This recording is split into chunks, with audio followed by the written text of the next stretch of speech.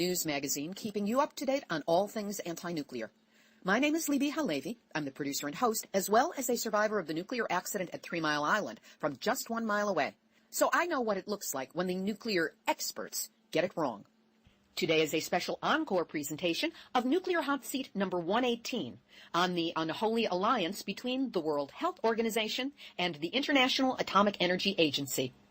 Allison Katz, today's interviewee, is a sociologist and psychologist who worked inside the WHO for 18 years.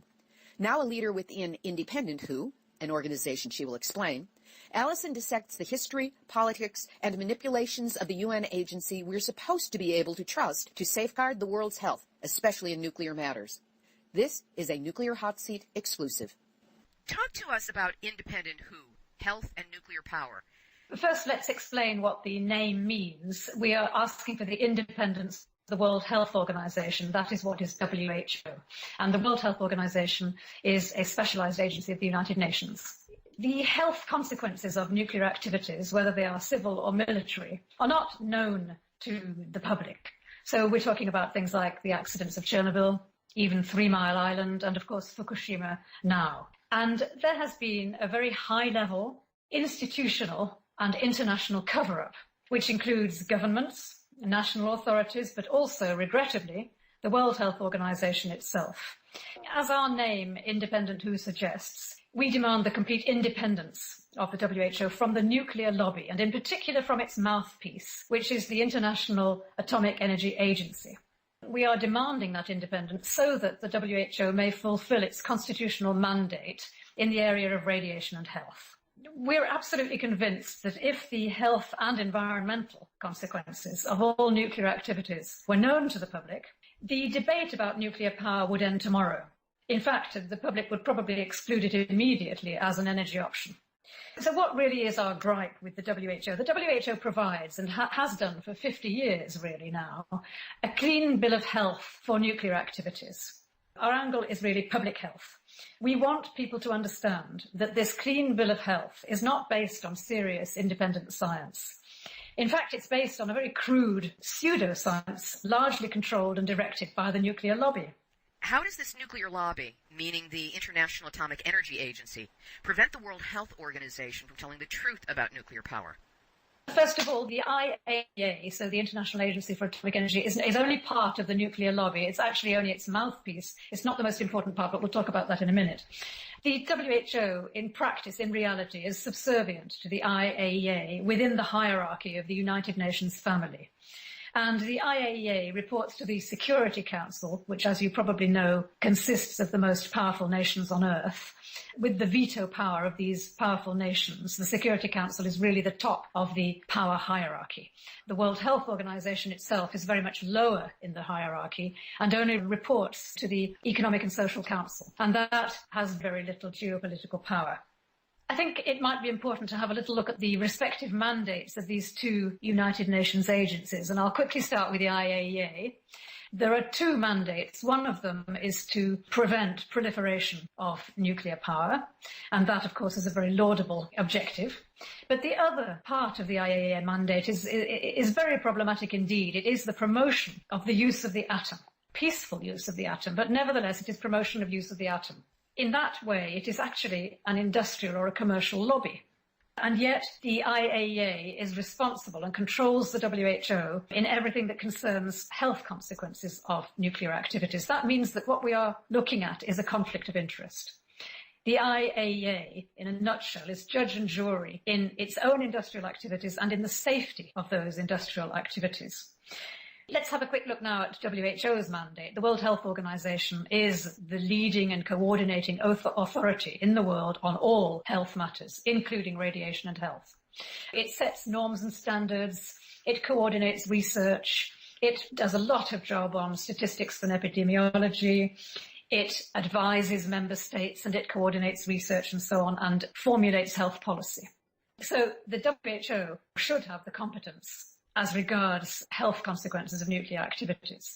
The IAEA has neither competence nor mandate in this area, and yet it is the IAEA that is deciding on health policy in the place of WHO. In fact, it simply dictates this health policy to WHO, and it has done for the past 50 years. The source of all of this is an agreement that was signed in 1959, an agreement between the International Atomic Energy Agency and the World Health Organization. And basically what happens in practice is that the WHO cannot undertake any research, cannot disseminate any information, cannot come to the assistance of any population without the prior approval of the IAEA. So really, it does not fulfill its mandate at all, and it does not fulfill its mandate in an independent way. And we are seeking its independence so that it can fulfill its constitutional mandate in the area of radiation and health. This is almost painful to hear, because whenever an international incident happens, a nuclear accident, whose statistics and reports are the first to be referenced by mainstream media and used to reassure the public that there's no danger? And yet it is very clear from what you're saying that the statistics that they are coming up with, the reports they're coming up with, are not honest to the existing science. Yet they are seen as the ultimate experts.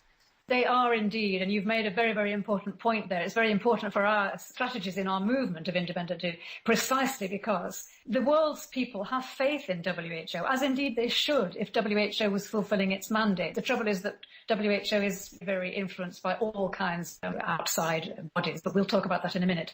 Because it's a considerable obstacle that people have faith in WHO, we do need to produce the evidence that they have been heavily influenced. In fact, they are directed and controlled in this particular area by the IAEA. So let me give you a few examples of this evidence.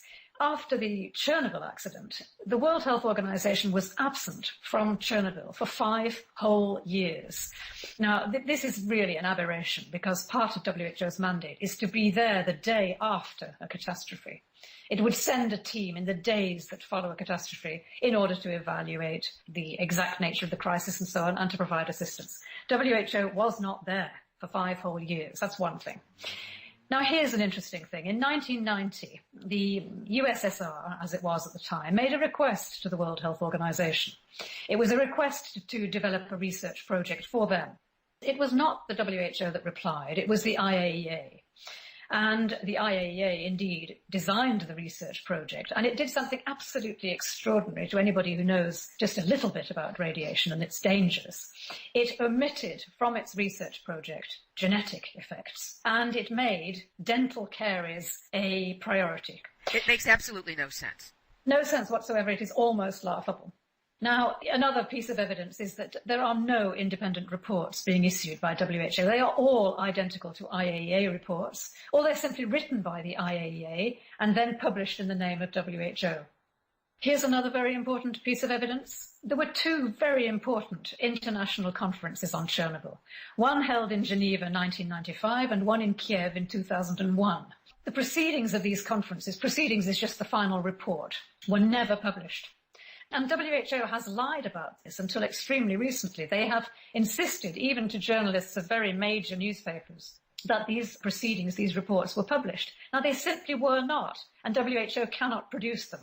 Another interesting example of how we know that WHO simply has not been taking its responsibilities is that one of its former Director Generals, it was Dr. Nakajima, this was the Japanese Director General who was for 8 years the head of WHO, he actually very candidly explained that the reason why the 2 reports hadn't been published was because of the legal constraints that the agreement with the IAEA of 1959 puts on WHO. He actually stated this openly in an interview on Swiss Italian television. So in other words, he was recognizing this subordination. That is an extraordinary admission from someone who was a former Director General. Even that is denied by the World Health Organization today, which is a little bit ridiculous because, of course, this testimony is on film. Anybody can consult it. So it seems that as regards nuclear radiation and health, the world's people have no competent authority to turn to in this critically important area of public health. I have to say that, unfortunately, that is indeed the situation. People have no national or international authority to turn to. There are independent scientists, and there is a huge amount of information. What the public also needs to know is that today, the WHO has absolutely no competence in this critically important public health area, which is radiation and health. There used to be a department of radiation and health at WHO, at least at headquarters, and it was closed about 2-3 years ago. Even when it existed, it was not ideal. There were 3 units, and they're all very interesting. One of them was on mobile telephones, one on electromagnetic fields, and the other on nuclear power. Now, all 3 of these units were highly compromised. And there was a director, a Dr. Repacholi, who had been recruited from industry, and he worked as director in WHO for 10 years and then left to go back to industry at the end of it. And so we have a classic example of the revolving door, which of course is also a part of conflict of interest. Apparently, scientists did complain to WHO about Dr. Repacholi. About 2,000 or 3,000 scientists signed a letter of complaint because he was accused of withholding essential evidence on depleted uranium. Unfortunately, this accusation never came to anything, but it's a reflection of the power of the nuclear lobby. Repacholi has gone, the Department of RAD has closed and has not been re-established. It was one of the questions that we asked of the current Director General, which we'll talk about in a minute. So the situation today in WHO is that there is no senior radiation scientist or even radiobiologist. And it is very, very important that the world's people do know that at this moment there is no international authority in this area. It's quite useful to note that WHO does not actually deny these things. Maria Neira, who is the director of a department that's called Public Health and Environment in WHO, did very candidly state to the newspaper Le Monde, which is the major French newspaper, that WHO gets all its information from the IAEA. It's clear that WHO has no competence in the area of nuclear radiation, and that alone is pretty shocking. But what about other authorities and institutions in the world? There must be some competence somewhere. Yes, there certainly is. There are independent scientists carrying out medical scientific research, and this is indeed the only source of reliable information. But as you can imagine, they face enormous obstacles, with funding cut off, research not published. There's control of academic and research institutes by the lobby, etc. And that's why one of our aims is to bring together citizens and independent scientists, because it's terrible to say so, but we can't rely on our own authorities and public institutions, and that is a pretty shocking state of affairs. It's why we organised a citizen and scientific forum on radio protection in 2012, and we'll be organising another one in 2014 on the genetic effects of radiation.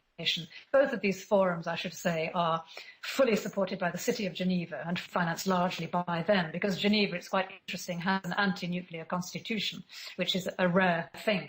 Let's first look in terms of competence at the nuclear establishment. And just a word about why I prefer to call it the nuclear establishment to the nuclear lobby. A lobby really suggests only a commercial or an industrial interest. But what we have to remember that the nuclear establishment actually includes our own governments and our own national and international authorities. And therefore it's truly an establishment which sort of has a veneer of respectability.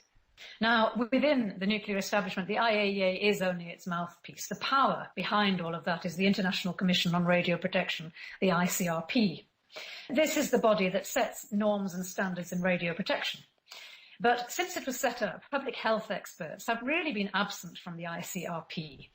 And it's a closed, incestuous family, the nuclear establishment. It's made up of the ICRP, UNSCEAR, that's the UN body, IAEA, national authorities like the one in the USA, which is the BEIR, or Biological Effects of Ionizing Radiation, Euratom in Europe, and then, of course, there's the British National Authority. The nuclear establishment, the ICRP above all, as I said, it's a closed and incestuous family, and they appoint members among themselves. And in addition to directing industry, the ICRP and its family also control these academic and research institutes, even in the area of medical radiology, which is really a terrible, terrible thing. So what situation do we have in terms of competence? Public health specialists have been excluded from the beginning. Who are these ICRP members? They're all from the military, or the nuclear industry, or from the medical radiological societies.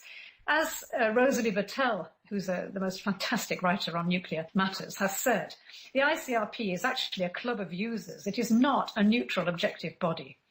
In fact, they are mostly nuclear physicists, members of the ICRP. There are no public health specialists. There are no radiobiologists. There are no molecular biologists. And remember that that's extremely important when we consider that ionizing radiation is mutagenic. It always causes mutations and causes damage at the cellular level. So the very idea that we do not have molecular biologists in the body that determines radio protection norms and standards is an aberration. And no other body, not even the World Health Organization, can place one of its people on the ICRP. Is that standard policy? Absolutely. It is. It's very, very shocking. You know, WHO is utterly marginalized. And I think the world's people need to know that so that they can defend their international health authority, because it is their international health authority. I could add to all of that that what happens at international level, unfortunately, is reproduced at the national level, whether it's the USA, the UK or Europe. The nuclear authorities dictate to the health authorities. That is a pretty terrible situation. That's completely backwards. I want to move this over to the relationship between independent WHO and what we might refer to as dependent WHO. How much contact has there been between the two, and what, if anything, has been the response of those who work for the World Health Organization? While the World Health Organization does admit and even states that all its information comes from the IAEA, it simultaneously claims to be completely independent. How it explains that contradiction, I have no idea. We have had 2 long meetings with the WHO, but I won't talk about the first one because we didn't meet the Director General. But we did meet with the Director General in 2011, in other words, just after Fukushima. And we met with 5 of the highest ranking officials in WHO. So if you like, they really did give us full attention. We were accompanied by the mayor of Geneva, because as I've said, Geneva, the city of Geneva, has actually an anti-nuclear article in its constitution. The main outcomes of that meeting was that we have concluded that WHO has totally abdicated its responsibilities. So in a way, we don't seek any more to gain any changes from WHO, but our meeting with Dr. Chan, that is the name of the Director General, was extremely interesting, and she did concede a number of very important points. I might say that because she is not an expert in any way on nuclear power, she may not be aware of the significance of these concessions that she made. But for example, she did state that all radiation causes damage. Now, it might be very surprising for you to learn that, but that has been denied in the past. In other words, there is no safe threshold. She also finally conceded that there is a difference between internal radiation and external radiation. And that is one of the major scientific controversies that has dogged the efforts to expose health consequences. So her recognizing the distinction between internal and external radiation was quite something. She said that she didn't believe herself that only 50 people had died following the Chernobyl accident. And that is quite an admission, considering that up till now, and it's all its documents, that is the final total of deaths that WHO was attributing to the Chernobyl accident, which of course is an absolute nonsense and an absurdity, and has been perceived as such by the public. In a way, we've given up on the World Health Organization. That doesn't mean we've given up our Hippocratic vigil in front of the WHO in Geneva. In fact, we're into our 7th year. It is a permanent presence. But we're no longer interested in persuading the current office holders in WHO. There's no point. Nothing is going to happen. This is not where the power is. So that's why today we've sort of shifted our focus to the responsibilities of individual member states. They are the governing bodies. And in fact, it's the ministers of health. So we have started a vigil in Paris in front of the French Ministry of Health. Obviously, we would like to start one in various capitals of the world. Tell us about this vigil, the protest that you've been running in front of WHO headquarters in Geneva for 7 years. That's quite impressive. We're quite amazed that we've lasted this long. It started in 2007 on the 26th of April, which of course is the date of the Chernobyl accident in 1986. Our group, as you can imagine, is well over middle age. We're all over 60. 3 middle-aged protesters with sandwich boards stood at the main reception of the World Health Organization headquarters in Geneva. And then there was a group of about 20 pacifist protesters who came up from town to join them. And if I tell you that the Geneva police were called by the World Health Organization, and when we arrived, there were barricades, there were even anti-riot vans. It's a kind of exaggerated response to pacifist middle-aged protesters. We had the exact same thing here on the first anniversary of Fukushima demonstration at the San Onofre nuclear power plant. They had the Marines on call at Camp Pendleton, helicopters overhead, and I swear police outnumbered the middle-aged protesters by a factor of 2 or 3 to 1. It is absolutely extraordinary, the overkill. But I have to say that the police in Geneva were actually very sympathetic to us, and they have helped us ever since. Now, the Hippocratic Vigil is the symbolic part of our action. We've been there, as I say, for 7 years. We're there every working day from 8 o'clock in the morning until 6. So all the employees, but also visitors coming to WHO see us. We are extremely visible, and we've got very, very large notice boards with signs that have quite strong messages on them, such as complicity in a scientific crime, Fukushima, the same cover-up as for Chernobyl, that kind of thing. People might say, well, what does WHO care if you are outside in a silent protest and you are all pacifist protesters? And you might well say so, but in a way we take our inspiration from the mothers of the Plaza de Mayo, what happened in Argentina after the dictatorship, when many young people and young political dissidents were just disappeared by the regime. Their mothers held one of these silent pacifist protests in a square in Argentina, and they were there for 10 whole years, and they did win their case.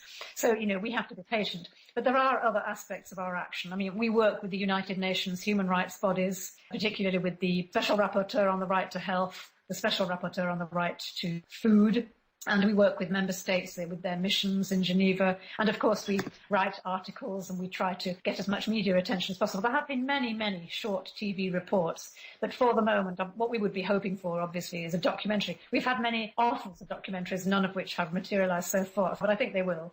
And then on the 26th of April, and now, unfortunately, with Fukushima, every 11th of March, there are special actions, and we coordinate these with Japanese groups in Japan. As someone who was 1 mile away from 3 Mile Island when it happened, I would encourage you to also include March 28th, perhaps, as one of your signal days to commemorate the fact that 3 Mile Island happened and that there have health consequences from that have, again, been suppressed, much as all the ill health information has been suppressed. Absolutely. It is incredibly important that people understand this is not history. None of these things are sort of anniversaries. In fact, anniversary is a bit of an inappropriate word. It's the same for 3 Mile Island. I'm quite sure that what we should be saying is that the health consequences are continuing. And in terms of genetic effects, they are increasing. It's a very terrifying thing, and it's very difficult to take that on board. But the sorts of studies that have been done on genetic effects, and it must be the same around 3 Mile Island and indeed around any nuclear reactor, the genetic effects, far from diminishing with time, they increase. Now, we don't quite know, or scientists don't quite know the reason for that, but the research that has been done around Chernobyl is indeed showing that these are, in fact, animal experiments. They're in mice or field voles and creatures like that, that the genetic effects after 28 or 30 generations are much, much worse. So it's not only it's a continuing catastrophe, but it is a worsening catastrophe. I think that what strikes people when we tell them that we have been in front of headquarters for 7 years, it is just the very fact of a permanent presence in front of the headquarters of WHO. In other words, it doesn't matter that for people who've never been to Geneva or never been to the headquarters of WHO, it doesn't matter. Just that they know that there is this protest there and has been there for nearly 7 years now, I think it is quite impressive to people. What does WHO say about Chernobyl, and what is the whole truth? Let's look at what WHO hoped would be the final word on Chernobyl. I think what happened was that the nuclear establishment began to be a little bit worried that there was controversy over the health consequences, and so they organized what they called the Chernobyl Forum, which produced its report in 2005. This forum was designed to end the debate. That is what they hoped. It hasn't, of course. Now, incredibly, the WHO and the IAEA and UNSCEAR, which is the UN body, and so on, they still maintain today that 50 people died as a direct result of the accident. They concede that there are 4,000 cases of thyroid cancer. They claim that 99% of them have been successfully treated. And they then admit that there may be a further 4,000 deaths from other cancers in the future. And they do underline that these are potential deaths. So what they're trying to do is to sort of end the debate and say that's the final total. Even worse, WHO and the nuclear establishment dismisses any health problems at Chernobyl as the results of radiophobia. In other words, it's just because people are afraid, they fear, they believe they have been subjected to radio contamination. In other words, it's all in their imagination. It is hard to credit. Now, here is the final conclusion of the Chernobyl Forum from a whole group of UN organizations, including the WHO, including the IAEA, including UNDP. It's in the Chernobyl Forum, which is their definitive document. It says, the mental health impact of Chernobyl is the largest public health problem unleashed by the impact on individual and community behavior. Populations in the affected areas exhibit strongly negative attitudes in self-assessments of health and well-being, and a strong sense of lack of control over their own lives. Associated with these perceptions is an exaggerated sense of the dangers to health of exposure to radiation. Now, I could just make a couple of comments. If they are really claiming that radiophobia is the main problem and that mental health problems are the main problems, how do they explain health effects in children, in rodents, in insects, in plants? It is the most extraordinarily silly claim, but unfortunately it is still bandied about, and it's being bandied about that in Fukushima the major problem is radiophobia. It really is, and absolutely dreadful. It's almost criminal. And I would like just to point out one particularly odious aspect of this, is that when they talk about a mental health impact, I mean, of course people are worried, of course people are anxious, but it isn't because to say that they have imagined that they have been subjected to radio contamination. They have been subjected to radio contamination, and so naturally they are anxious. And on top of that, in amongst all the enormous numbers of health effects is very serious neuropsychiatric damage. There's damage to every organ system, including the neurological system. So not surprisingly, you are going to have an enormous increase in neuropsychiatric disorders. But to put that down to radiophobia, rather than to the fact that radiation actually has damaged the neurological system, it is an unspeakable dishonesty. We'll have more fascinating information from Alison Katz of Independent WHO in just a moment. But first, I want to remind you that Nuclear Hot Seat needs your support to keep bringing you the anti-nuclear information you won't get anywhere else. The week's nuclear news, radiation protection tips, activist opportunities, numbnuts of the week for nuclear boneheadedness, the NRC Doc report, and so much more. So if you'd like to help keep us moving and growing, go to the website nuclearhotseat.com, scroll down on the home page, and click on the big red donate button. Whatever you can do to help, know that it's appreciated. And while you're there on the home page, sign up for our free report designed for media professionals but perfect for any activist. It covers mainstream media blind spots when they attempt to cover nuclear issues and how you can counter them. Great information for your blog posts, comments on mainstream media websites, and for all your social media needs. Look for the blue box, fill in your name and email, one more click, and you'll get your free PDF by return email. I think you'll get a lot out of it. Now, back to Alison Katz of Independent WHO. Let's have a look at the massive discrepancy between the figures that emanate from independent researchers and the figures that emanate from the nuclear establishment.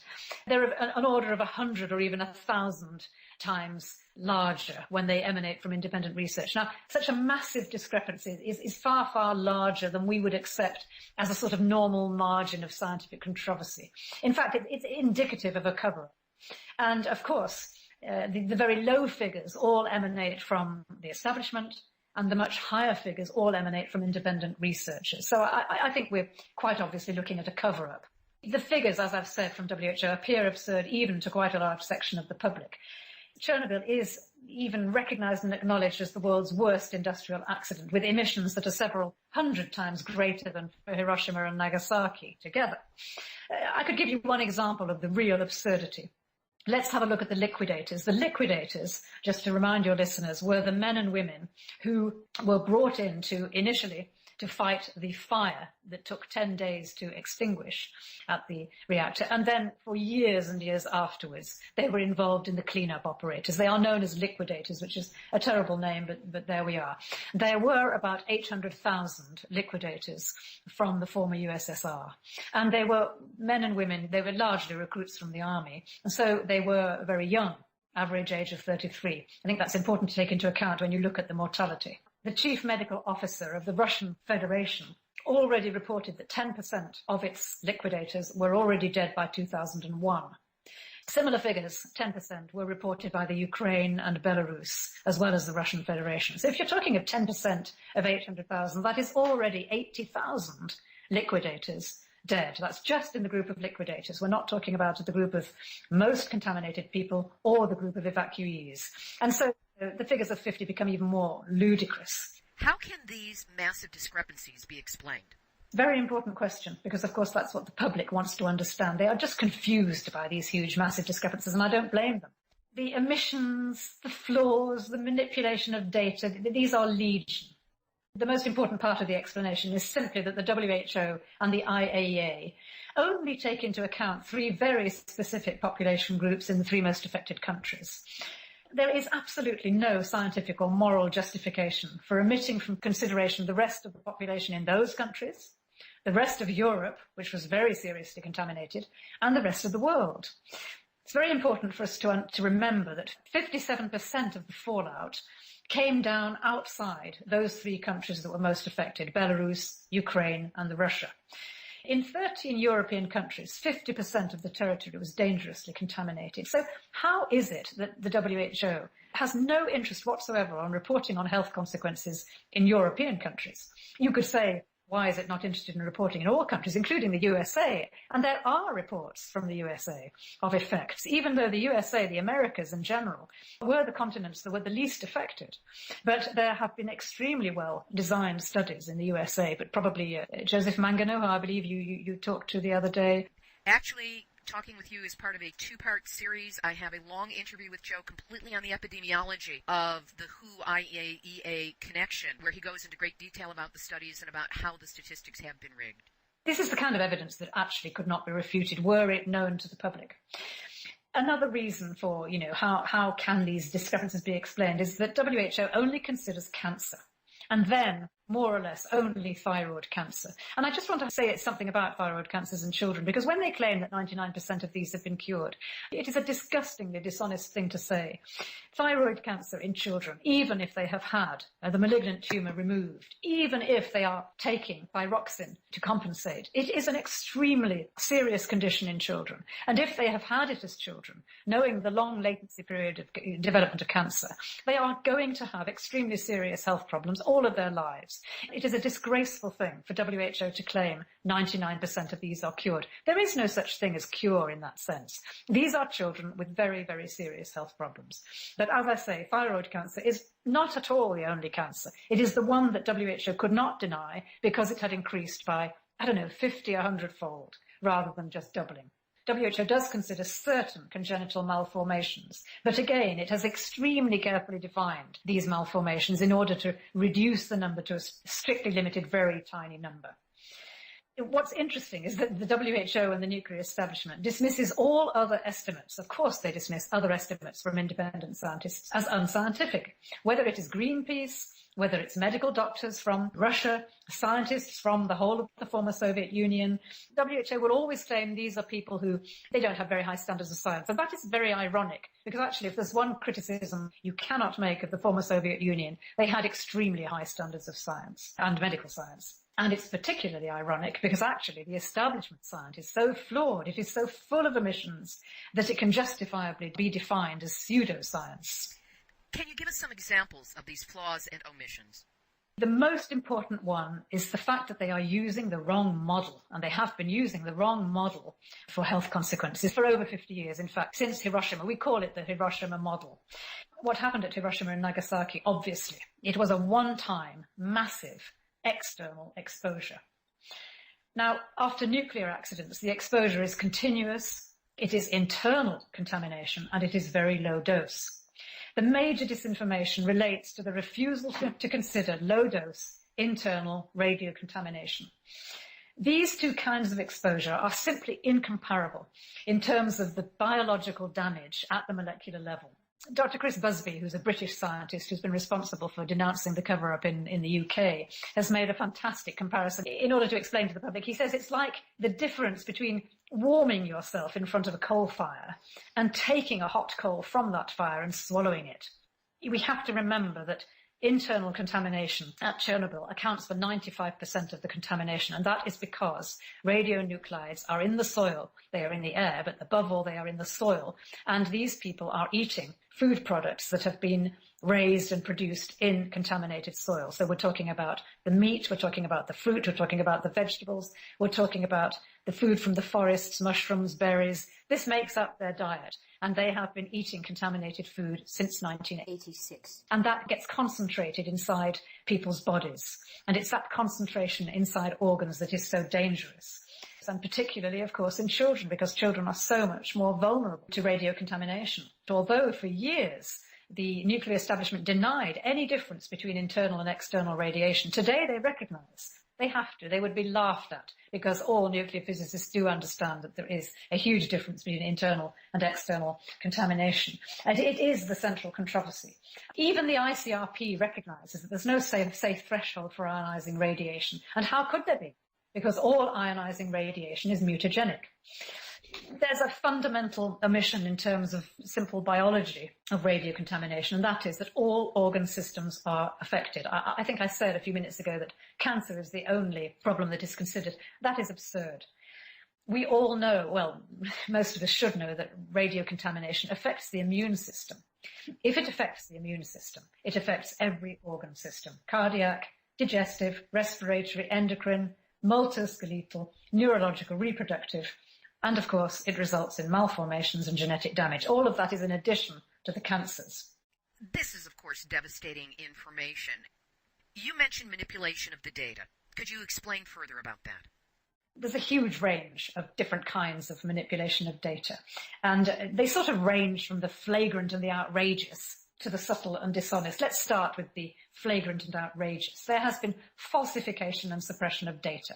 There are attacks against independent researchers. And then, of course, there's the example of Professor Bandachevsky, who was a prisoner of conscience of Amnesty International. He was released in 2005 under international pressure. There's simple censorship of studies, or just cut off the funding. The thousands of studies from the countries most affected have just been ignored. They've never been translated from Russian or from Slavic languages. The initial dose has been ignored. It's been averaged across populations. They have excluded entire scientific domains, such as internal low dose, hot particles. They have ended studies after 10 years, so that illnesses with a long latency period can be ignored. They have claimed decreases in childhood cancers when actually they've become adults and are no longer in that database, and so on and so on. There has been the most extraordinary manipulation of statistics on cancer everywhere in the world, whether it's in the countries concerned, but also in England, and I don't doubt in the United States, in France, absolutely everywhere. There's another interesting aspect to all of this, and this is a particular despicable sort of reasoning that is used by the nuclear establishment, and unfortunately it's rather difficult to deal with. Basically what they say is, you'll never be able to prove it. You will never be able to prove that people's illnesses are connected to radiation, and in some ways they are right. It is extremely difficult to prove against the background of so many cancers, for example, because we have cancers that are caused by chemical pollution. So it is often extremely difficult to attribute cases with certainty to radioactive rather than to chemical contamination. However, it is not impossible. Professor Yablokov does explain the epidemiological methods that are used in order to relate illnesses to radiocontamination very clearly. And basically, you hold socioeconomic factors constant, and you compare the illnesses of populations in high, medium, and low radiocontaminated areas. This is really very basic epidemiology. It's easy to do, and he has done it. So to claim that you cannot attribute illnesses to radiocontamination is actually, it is wrong. It is unscientific, and that is why we call it pseudoscience. The book that you're referring to is Chernobyl, Consequences of the Catastrophe for People and the Environment. And it was written by Professor Yablokov, who is a previous interviewee here on Nuclear Hot Seat, as well as Professor Nestorenko and a Dr. Nestorenko, who are all eminent scientists. It was edited by Dr. Janet Sherman, who's also been a guest several times on Nuclear Hot Seat. Talk to us about what that book is and why it is so important. It's a huge tome, 330 pages, 800 references. It draws on at least 5,000 scientific studies, although I have to say there are apparently at least 30,000 scientific studies available on the internet for anybody who would like to go and look at them. I think it would be useful at this point just to summarize what this book says about the health consequences. It's a short quote, but I think it's worth citing in full. Thousands of independent studies in Ukraine, Belarus, and the Russian Federation, and in many other countries contaminated to varying degrees by radionuclides from Chernobyl, have established that there has been a significant increase in all types of cancer, in diseases of the respiratory, cardiovascular, gastrointestinal, urogenital, endocrine, immune, lymphoid, and nervous systems, prenatal, perinatal, infant and child mortality, spontaneous abortions, deformities and genetic anomalies, disturbance and retardation of mental development, neuropsychological illness and blindness, These increases, this is me now commenting on the quote, these increases are not trivial. They cannot be dismissed. They are not increases of a few percent. There is a doubling, a trebling, quadrupling, more in some cases. Now, why is it so significant? It is a real threat because the World Health Organization this time cannot dismiss the New York Academy of Sciences publication. It is a venerable institution. And I would like to pay tribute to Jeanette Sherman for getting this thing through, because I don't doubt that there was considerable opposition. So it is a major coup that she got it through.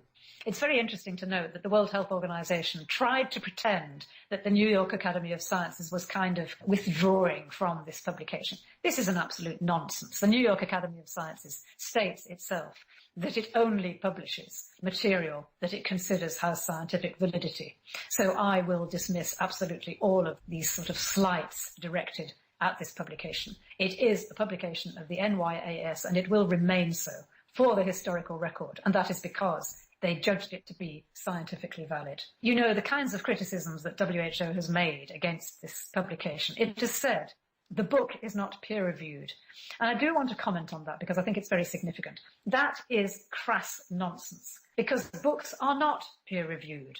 What are peer-reviewed are the scientific and medical articles that are published in peer-reviewed journals. It is not a book that is peer-reviewed. And we decided, because we were so angry at this comment, we decided to actually analyse the respective chapters on mortality in the Chernobyl Forum. Remember, that's the final verdict of the nuclear establishment on Chernobyl. And we compared it with the NYAS book. And what did we find? 40% of the references in the New York Academy of Sciences book are from peer-reviewed journals.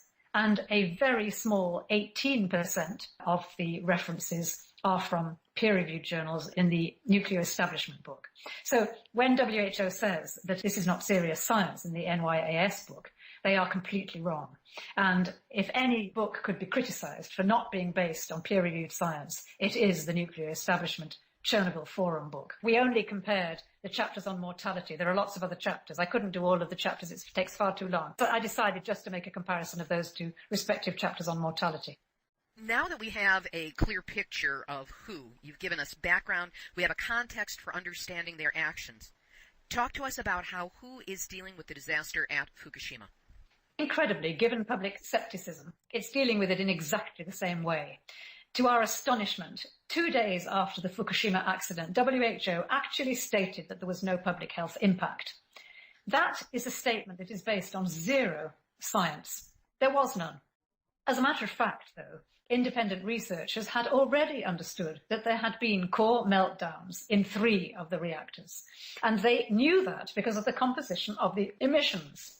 And they have been proved right.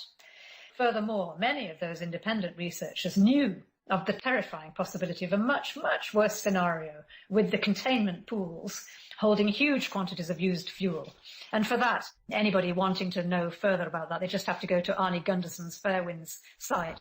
Arnie was interviewed last week on Nuclear Hotseat, specifically about the situation in Fukushima and what he would do if he were in charge of the site and making it as safe as is humanly possible at this time. Well, that's very interesting, and I must look that up. I'd love to see that interview. Just to say that WHO made this ludicrous statement about no public health impact on the basis of no information whatsoever. And I think what is very important to note is that they had no information, and yet information was available from independent researchers elsewhere in the world. WHO has produced 2 reports now on Fukushima. The first one is to evaluate the exposures on so it's on the preliminary dose estimates. And the second one, which is simply based on those dose estimates, is on the likely health effects. So in fact, they are based on the same data. And these reports have been very heavily criticised by all kinds of people. But I'm particularly interested in the critique that was issued by IPPNW, which is the International Physicians for the Prevention of Nuclear War. And 2 very excellent critiques have been made by Alex Rosen, and they are very worthwhile looking at. His first criticism is that WHO's estimates of the amounts of radionuclides emitted are lower. They're considerably lower. They are lower by 50 to 80% than everyone else's estimates, including the estimates of TEPCO. You really do have to say, my goodness, WHO is really trying to give the lowest possible figure. His second criticism is that 2 critical populations have been ignored. The first of those is the people in the 20-kilometre zone, whose exposure before and during evacuation will have been very, very high. And the other critical population is the workers who were on site during and in the days and the weeks following the accident. Those are the two most critical populations whose exposures ought to have been considered. Why were they not considered? We have no answer. Now, in WHO's calculations, they use a single estimated dose range. So, in effect, they are averaging doses between children and adults. This is a medical and scientific nonsense because children are many, many times more vulnerable. It is absolutely unacceptable to use reference levels for nuclear workers or for the public as if this could possibly apply to children, but that is what they have done. Most seriously, WHO has accepted the introduction by the Japanese government of the level of 20 millisieverts per year, despite the fact that the international limit that is set by the ICRP, the International Commission on Radio Protection, is 1 millisievert per year. For children, this is criminal. Was this shift in the amount, making it 20 times higher, did that take place after the accident? Exactly. The Japanese government, recognizing that populations were living in areas where the 1 millisieverts per year couldn't possibly be respected, knowing that they could not evacuate such a huge number of people, what do they do instead? They up the acceptable level. And it is an extraordinary thing to do, because the international level is set by the ICRP. Yes, they upped it. Your question is important after the accident. It is extraordinary for the WHO to more or less approve that decision of the Japanese government. Another thing that WHO is ignoring is the alarming reports of thyroid abnormalities in children. Now, thyroid abnormalities are the first signs of illness that are seen after a nuclear accident. And indeed, Japanese researchers have reported that 44% of Japanese children are showing very serious abnormalities. It's in the form of nodules and cysts in the thyroid gland, and those are precursors, possible precursors of thyroid cancer. To find this in 44% of children is an extraordinary finding, which should be made public, not just in Japan, of course, but internationally. If WHO does not even mention that in its report on the health effects, it is not doing its job. So we've seen that WHO is completely uncritical of the Japanese government. And it's interesting to note, thank goodness, that someone in the UN family is doing something honestly. The negligence of the Japanese has been heavily criticised by the Special Rapporteur on the Right to Health. This is a man called Anand Grover, who is currently the Special Rapporteur. His documents are also worth going and looking at on the net.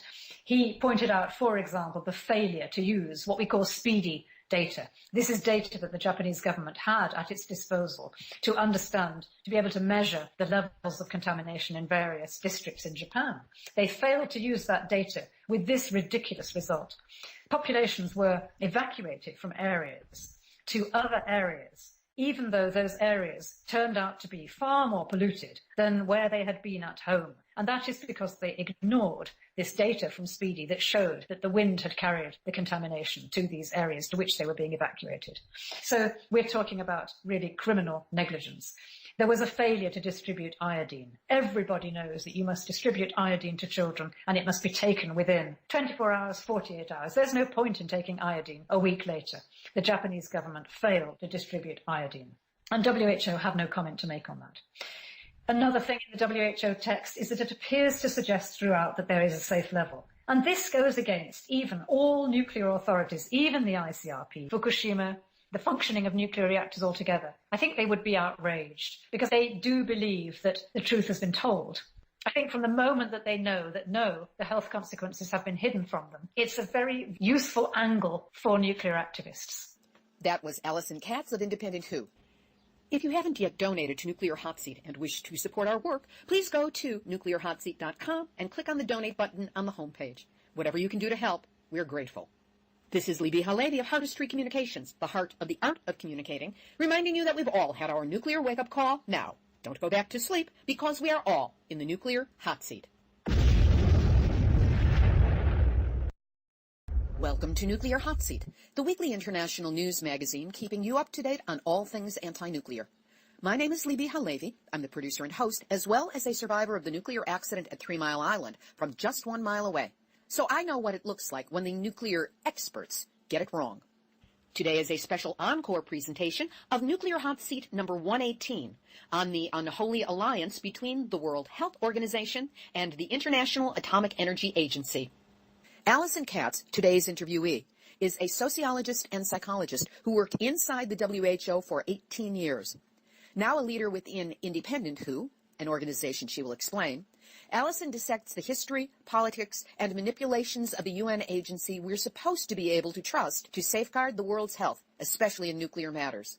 This is a Nuclear Hot Seat exclusive. Talk to us about Independent WHO, health and nuclear power.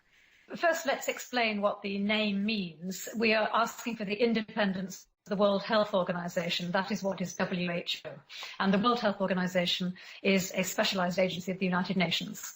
The health consequences of nuclear activities, whether they are civil or military, are not known to the public. So we're talking about things like the accidents of Chernobyl, even 3 Mile Island, and of course Fukushima now. And there has been a very high-level institutional and international cover-up, which includes governments, national authorities, but also, regrettably, the World Health Organization itself. As our name, Independent WHO, suggests, we demand the complete independence of the WHO from the nuclear lobby, and in particular from its mouthpiece, which is the International Atomic Energy Agency.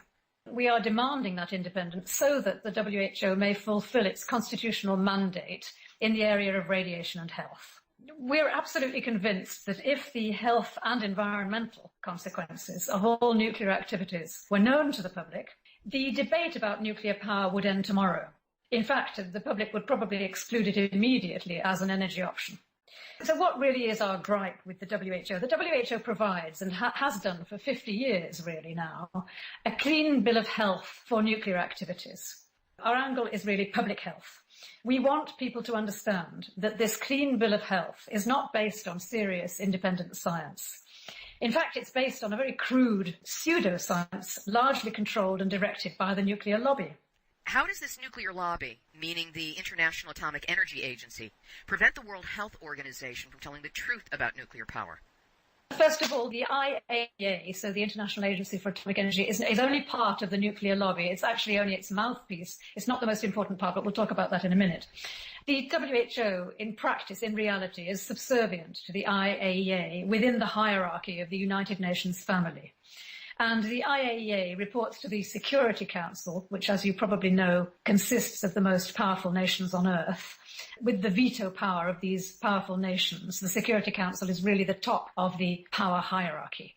The World Health Organization itself is very much lower in the hierarchy and only reports to the Economic and Social Council, and that has very little geopolitical power. I think it might be important to have a little look at the respective mandates of these two United Nations agencies, and I'll quickly start with the IAEA. There are two mandates. One of them is to prevent proliferation of nuclear power, and that, of course, is a very laudable objective.